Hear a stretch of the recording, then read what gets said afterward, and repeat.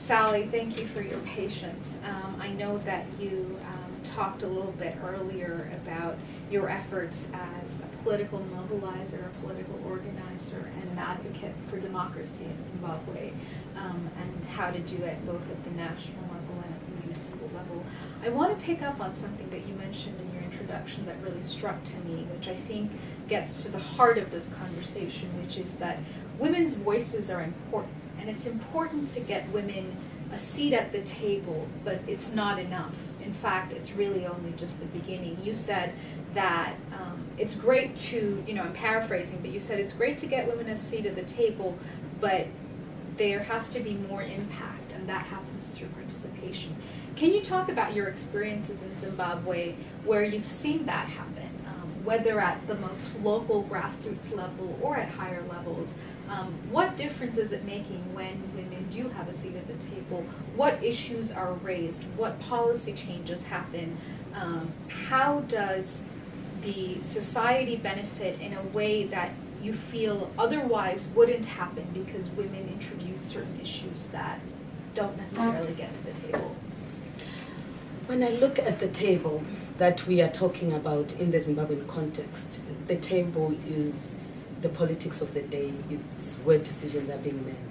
So politics in Zimbabwe and participation is defining the time that women wake up to go and walk long distances to get water, the time that they spend in looking for firewood, in access for energy, how women, like in Zimbabwe, produce 70% of food, which they also don't enjoy because their priorities, because of Zimbabwe being a patriarchal society, is to feed the family first, and then they come secondary. And even when it comes to access to healthcare, our maternal health, I can't speak of figures now, but it's continuously getting high because even the sexual and reproductive health services for women is still low because they can't access health services, they can't access justice. So this is the table that we are talking about. And when we look at who is on the table, the politics that women of Zimbabwe have been exposed to is very political partisan. So the political system is where there's a political party which is male dominated, and this man defines where you sit on the table and what you say and when you say it. Because there's a spokesperson, and I am yet to see there haven't been a place where you would see a spokesperson of a party being a woman. While they speak women's issues, but sometimes there is a competition of issues and attention at national platforms where sometimes women's issues then become secondary. So in terms of where women are placed, there have been great work that women have done. The coalition government that happened recently gave an opportunity for women across political parties to work together. And how our parliament is organized is that it have a women's parliamentary caucus, where women from all political parties discuss and caucus and strategize around policy formulation within the House sittings and in implementation of the government programs. We also have a Ministry of Women Affairs which have done great work. And when we look at women now, we have a history where we have the Vice President of the country, Honorable Vice President Joyce Mujuru, as a woman who is inspirational to other women. We also have the President of the Senate, who is Madam Edna Matsongwe, who is also an honorable woman of courage and bravery. We also have a female Vice President of my party, Movement for Democratic Change, and who is the Deputy Prime Minister of the Republic of Zimbabwe, who have done and gotten awards and recognition internationally on her work and contribution to women's rights and getting to zero campaign towards zero deaths, zero maternal deaths and zero new HIV infections. So her contribution have actually exhibited that, when we place women in certain places, they can actually make a difference. And in honor, we also have the first woman to serve in the Ministry of the Interior. That is Minister Teresa Makone. So she's the co-minister of Home Affairs, but it is historical in the context of Zimbabwe because Zimbabwe's environment, especially political environment, have been very violent. And when it is violent, the issue of the securocrats or the security sector is very mystical. So by her being placed there, it became where there's a lot of work to be done, but it became normal for women to actually know that you can actually go in the Ministry of Interior and just walk and see that actually there's a woman sitting there and this is a building where things happen. And when we also look at what made a difference is the best gift that Zimbabwean has in terms of the future of the women of Zimbabwe.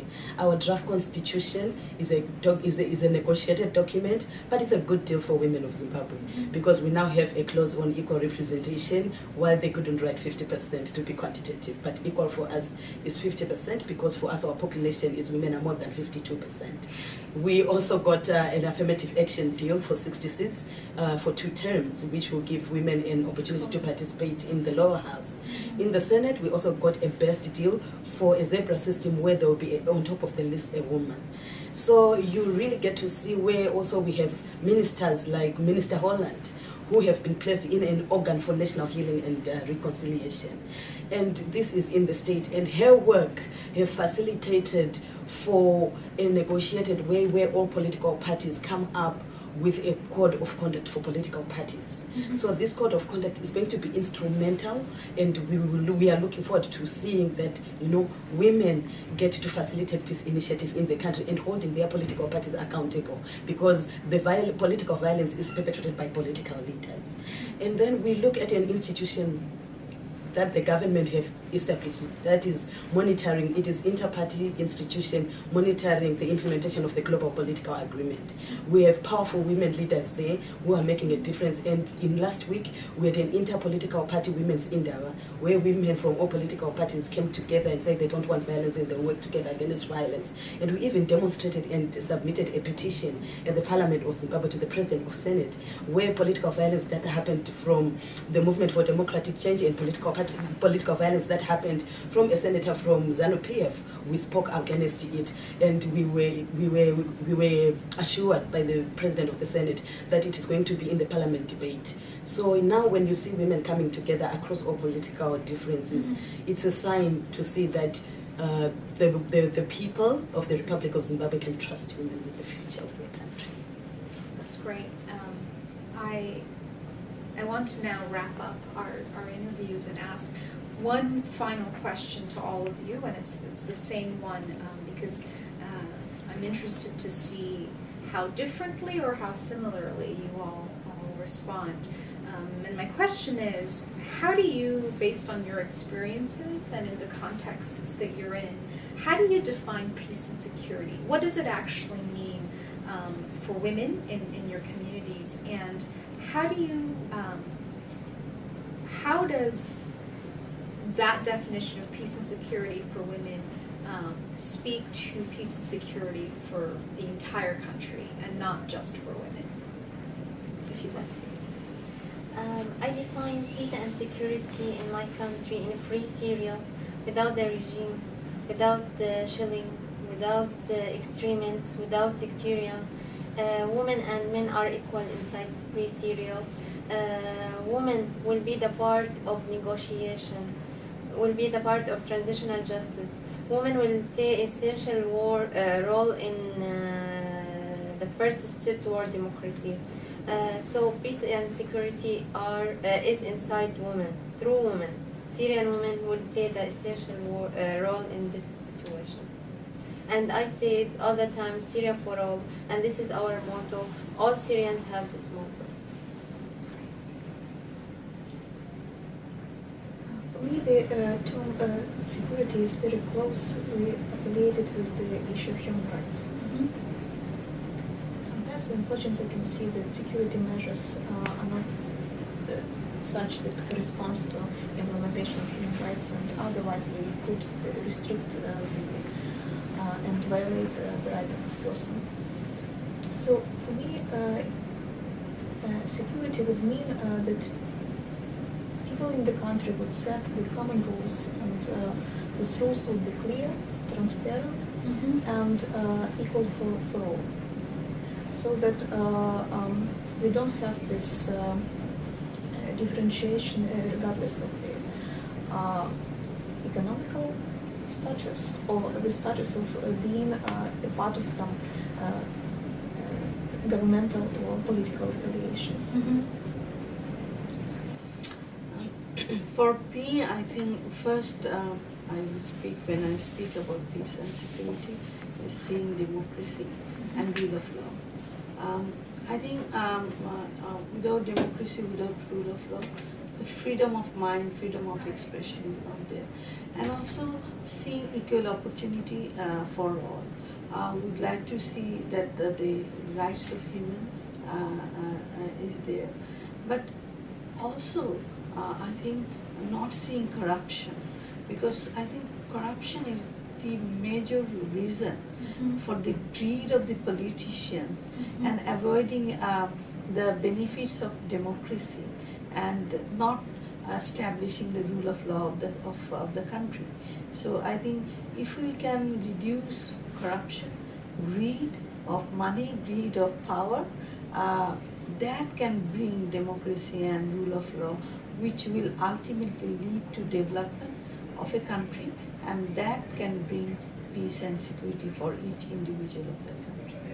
Women in Zimbabwe, just a bit background, have experienced violence in different phases. First, during their participation in the liberation struggle, and then during a genocide that happened in Matabeleland, and then during the 2008 political violence that happened when the regime was really going violent in all communities. So with that context, peace for women in Zimbabwe means absence of political violence.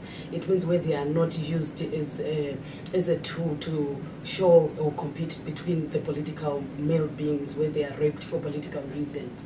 So when I look at peace as well as an individual and how I have worked with different women who have experienced these different stages of violence, it starts with the person, where their conscience is free, where they are comfortable, where they are secure, where they are certain that they can just wake up and live their lives without anyone coming to tell them that you cannot stay here, without anyone displacing them, and without them being forced to kill someone or to send their children to go and burn other people's houses. So when we talk of the security, it's them being in a position where they have access to information and can make informed decisions to stop violence, to ensure that those that are violent are brought to book, and for them to be to have that consciousness of coming together. It's okay that they can work together across their differences to bring peace to the nation and to bring peace to their homes. Thank you so much.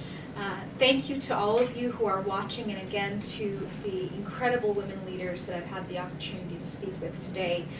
Again, my name is Maisha, and you have been watching this video produced by the Georgetown Institute for Women, Peace and Security. If you'd like to learn more about the Institute or watch other oral history interviews, please visit giwps.georgetown.edu.